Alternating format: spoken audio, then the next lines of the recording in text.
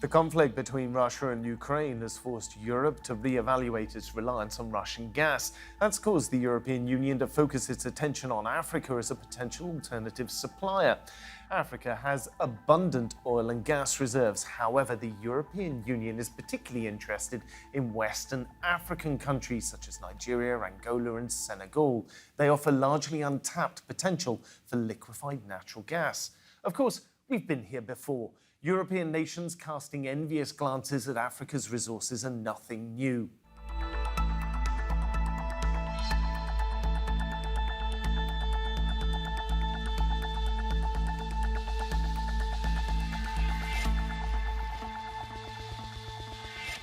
Hello, welcome to Roundtable. I'm Philip Hampshire. Critics argue that Europe is acting hypocritically by racing to buy African gas for itself while not investing in projects that would help the world's poorest continent provide energy for itself.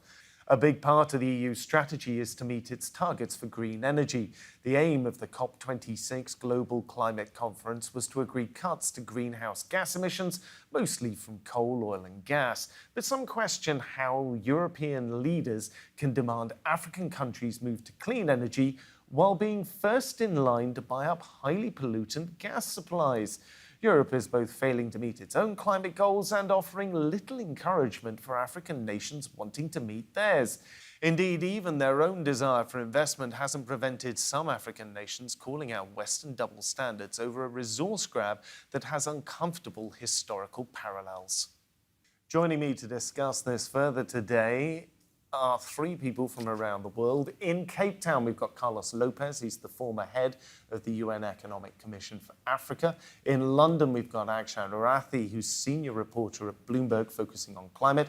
And in Sheffield, here in the UK, we've got Thomas Scurfield, who's an economist at the Natural Resource Governance Institute, focusing on oil, gas, and mining in Africa. Gentlemen, thank you for joining me. I think the first question straight out of the gate is, before we get to anything else, it's all an academic issue. If Africa cannot supply Europe's energy needs, is there the spare capacity in Africa at present to help Europe out? Well, currently, I would say very limited possibilities for the short term. Of course, there are lots of discoveries of gas. They will take at least between 1 and 2 years to get into stream. And I think it is important, nevertheless, to mention the fact that Africa does have a huge hydrogen capability. And this is going to be fundamental for Europe's future. So the investments required for that are absolutely fundamental in the long run. But I think it's also important to not box Africa into a provider of commodities, this time around different types of commodities, like energy-related ones and also strategic minerals. It's important that Africa gets also part of the transformation needs that are associated with these discoveries and this potential. So I think we have seen the European Union in particular changing its position about energy almost weekly. It's very hypocritical. One time it's about not subsidizing or not promoting possibilities for investment in Africa's gas potential, condemning the use of coal. The following week is about actually trying to use both for Europe's urgent needs. So we have to stop this back and forth, which is not very good for investment, obviously. And it's not very good for the predictability of the African economies. Akshay, do you agree with that? Do you think Africa can step in and fill a gap right now, or does it need a good deal more investment to be useful, as it were? So turning to Africa for their gas needs, Europe will have to wait and will have to make those investments. Now, it's going to have to do it at the same time as it has been telling African countries to not use fossil fuels and to turn instead to clean energy. And so this hypocrisy that comes through, which is, we will take the fossil fuels, but please, you should use clean energy, is one that it has to face up to and address head on. Thomas, how do you Sorry, say feel that about again. it? Yeah, I agree with both of the other speakers that Africa is going to be quite constrained to significantly increase production over the next sort of few months or so to fill Europe's immediate sort of supply gap. There are countries that can increase production in the next few years if investment comes in. So, for example, Nigeria and Angola have LNG plants with spare capacity. If there is investment in the upstream to extract more gas, then those LNG plants could be used to bring more LNG to the European market in the next few years.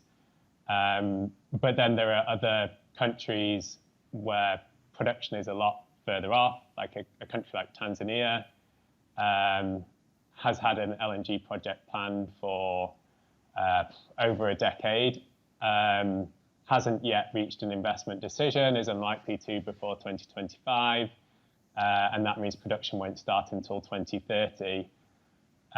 It seems like those sorts of projects won't be able to meet Europe's needs and sort of make the most of this opportunity from this supply crunch, given that, yes, Europe is looking to find other sources of gas right now, but actually in the longer term, its main response to the Russian invasion of Ukraine is to accelerate its energy transition, and it's looking to reduce its gas consumption by 40% by 2030. So projects that can't come online until then probably won't have much of a market in Europe to supply at that point.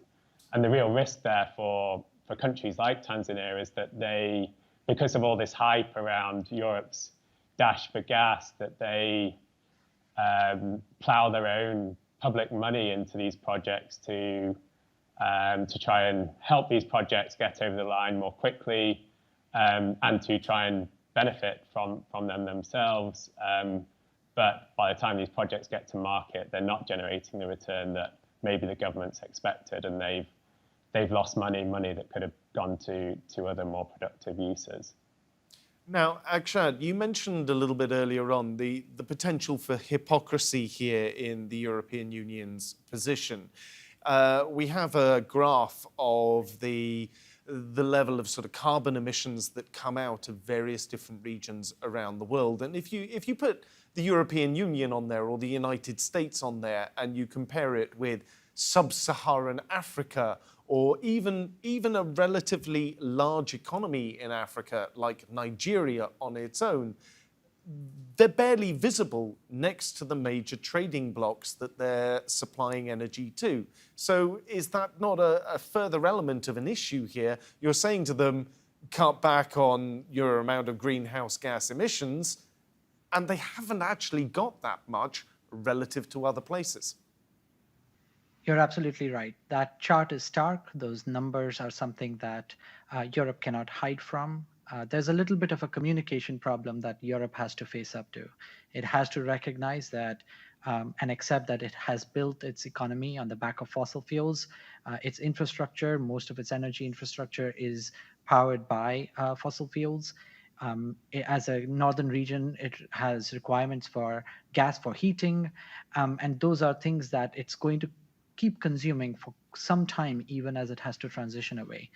At the same time, it can't turn around to Africa and then say that while we have all this gas use, you cannot use that gas because we need to get to a clean future. And the only way it can really genuinely do that is if it provides Africa with the funding to move to a clean energy future, which it isn't doing, at least not as much as is needed. Carlos, do you feel the same way?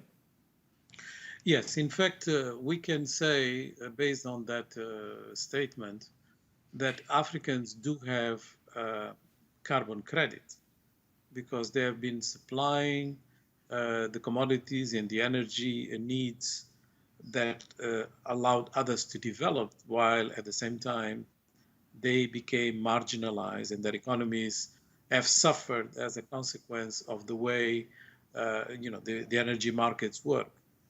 And we can, in the same vein, proclaim the principle that there is a carbon debt that has been accumulated by economies that have industrialized on the basis of fossil fuels. If we look into who is emitting right now, it is obvious that Africa, with the least emissions, is the region closest to net zero targets, which means that its preoccupations are more on adaptation and financing energy transition that will allow them to leapfrog, rather than being concerned about mitigation, which is the main concern in the industrialized economies. So I think we have here a debate that has become morally unjust. And it is interesting that we use the expressions like just transition to mean the opposite, as if everybody has to jump exactly with the same level of responsibilities and the same targets and indicators, which is obviously not fair to start with, but also not even justifiable because of the reasons that have been mentioned. The level of emissions in Africa is so low that even with all these investments that are envisaged for gas in particular, will not really create any major problem for the climate of the world, but can actually constitute a major transformation for the African economies. Now, it'd be very easy to run down the European Union on this front, but of course they do have the Global Gateway Initiative, and the European Union might easily say back, well, look, we do have an investment programme, we are investing money, and we're committed to that around the world. We actually spoke to European Commission spokesperson a little bit earlier on. I'm going to read out a quote for you now from them. Under the Global Gateway Initiative, the EU will mobilise €2.4 billion in grants for sub-Saharan Africa and €1.08 billion for North Africa to support renewable energy, energy efficiency, the just transition and the greening of local value chains. This will also support the African Union Green Recovery Action Plan, which seeks to increase the renewable energy generation capacity by at least an additional 300 gigawatts by 2030. Thomas, if I can put to you, do you think that's enough? Is it sufficient? Is it not enough? What do you think of what the European Union is doing here? Well, I think the first thing to say is before any new commitment by the European Union, any new promise of funding can be taken seriously, it really needs to be, and the rich world in general needs to be meeting its existing climate finance commitments. It still isn't providing the $100 billion of climate finance a year that it promised back in 2009 that it would provide by 2020. It didn't in 2020, it didn't in 2021, and it doesn't look like it will do in 2022. So I think this package of support does hold some promise, but it's hard to take seriously until those existing climate finance commitments are met. And I think it does need to recognize a role for gas, because the reality is gas is going to be important for the region's development. And in fact, it's going to be important for the region's energy transition. Renewables are now the cheapest source of energy across most of the world. A lot of African leaders recognize that. But the reality is they are an intermittent source of energy. And until there are sort of better battery capabilities or green hydrogen is fully utilizable, then backup fuels like gas will be needed. And it's much better for gas to be the backup fuel than coal or heavy fuel oil. So I think there does need to be a role for gas. But yeah, renewables is part of, or the key to Africa's energy future. I think that's now acknowledged and accepted across all actors in this space. And so, yes, I think it's time the European Union, particularly given its hypocritical moves in the last few weeks, to recognise that as well. Now, Thomas, you mentioned there obviously coal, oil, and gas, which we've been talking about, and the flip side of the coin on that is clearly the renewable energies, whether it's wind, whether it's solar, whether it's one of the other forms.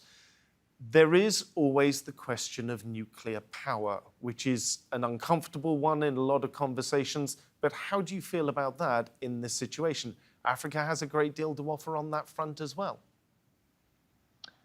To be honest, I'm not an expert in nuclear power, so wouldn't want to really comment. But I would say that all options should be on the table right now. We shouldn't close off any potential pathways to a carbon-free future.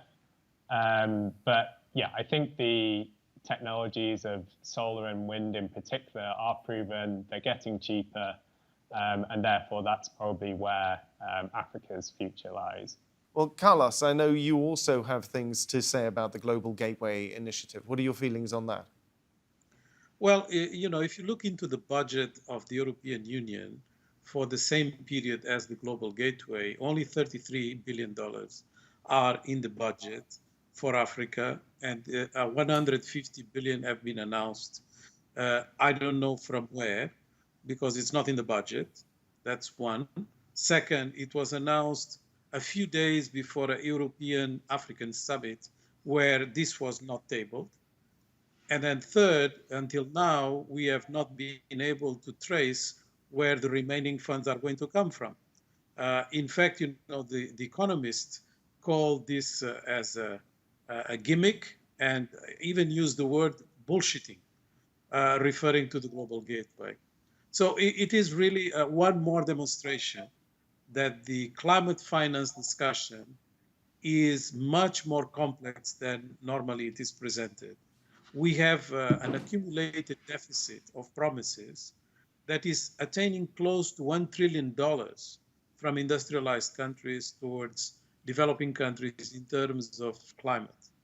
So who is going to believe what the announcements are saying? It's becoming really, like a joke.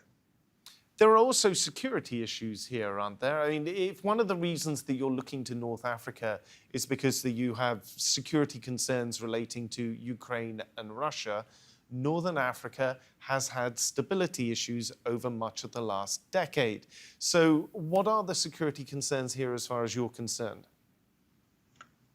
I would argue the two issues are not unrelated. Africa has security issues in the Sahel and the Saharan Band that are exactly in the points where the future of renewables is the most promising in the world.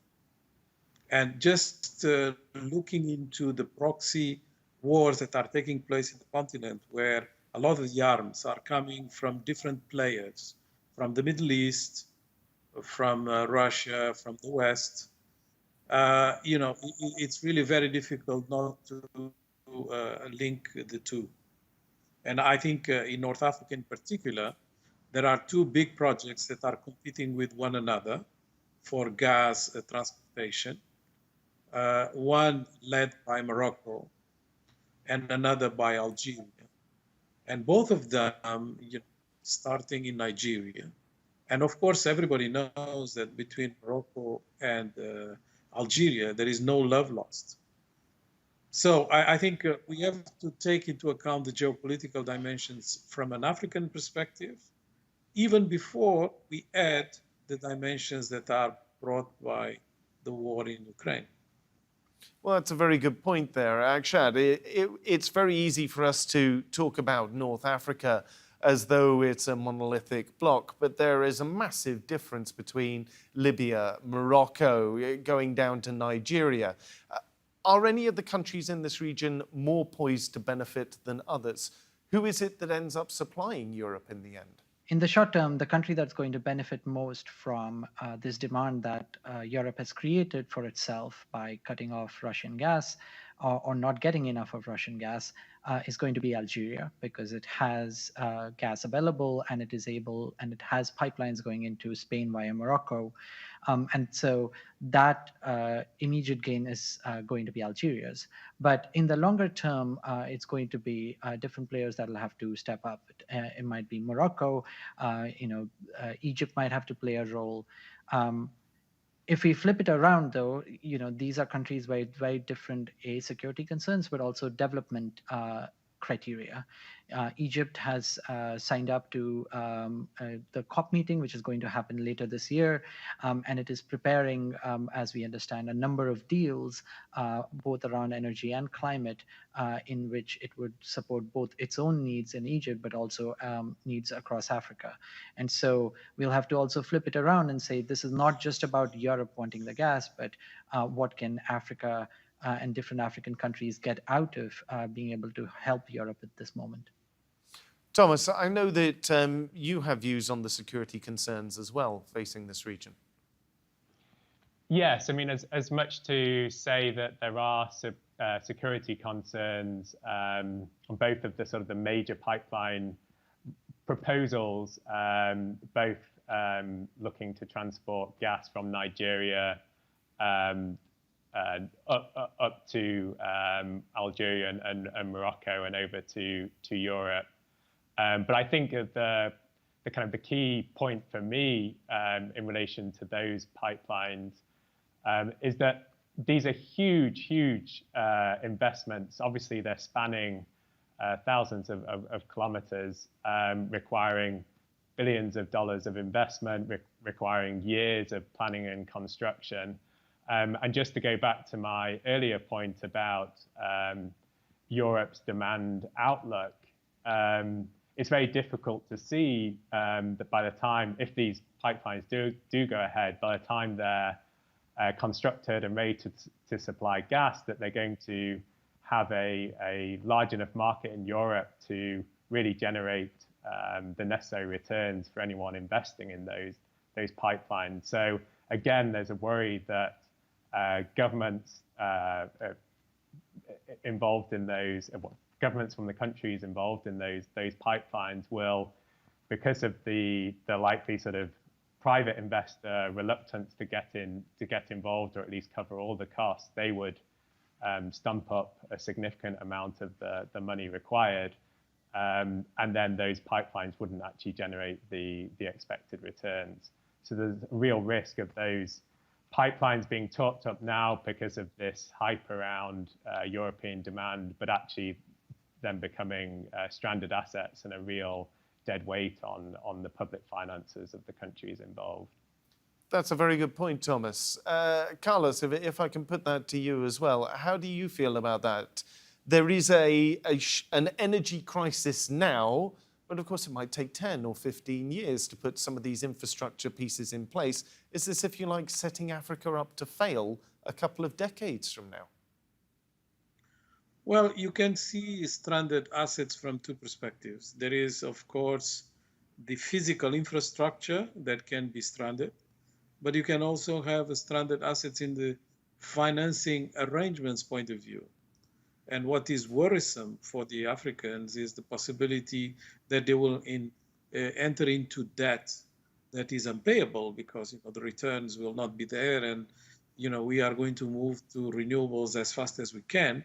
Not just African countries, but the world. So that's why the financing mechanisms that are going to be offered to Africa become extremely crucial to avoid stranded assets becoming a major constraint for Africa's transformation. I do believe that, for instance, the negotiations currently undertaken by South Africa with a group of donors is extremely crucial to define whether we have a future in putting together ambitious goals, ambitious targets, with also the corresponding investment coming through. South Africa is the largest emitter in Africa. So if we get it right with South Africa, and the negotiations are quite advanced, it will be a very good indication. But by all means, we have no guarantee so far. We have the pressures of the geopolitics right now working in favor of such an outcome. And I hope that it will be announced in terms of concrete plans for financing before the COP meeting in Sharm el-Sheikh in Egypt this year. But, it's not a guaranteed success story yet. Carlos, thank you very much for that. Thank you very much to all three of you gentlemen for your time today. And that's Carlos Lopez, Akshad Arathi, and Thomas Skirfield. Thank you for joining me. Remember, you can see more discussion and debate on our YouTube channel. Search for Roundtable TRT World. But for now, from me and all the team here, goodbye. And thank you for watching.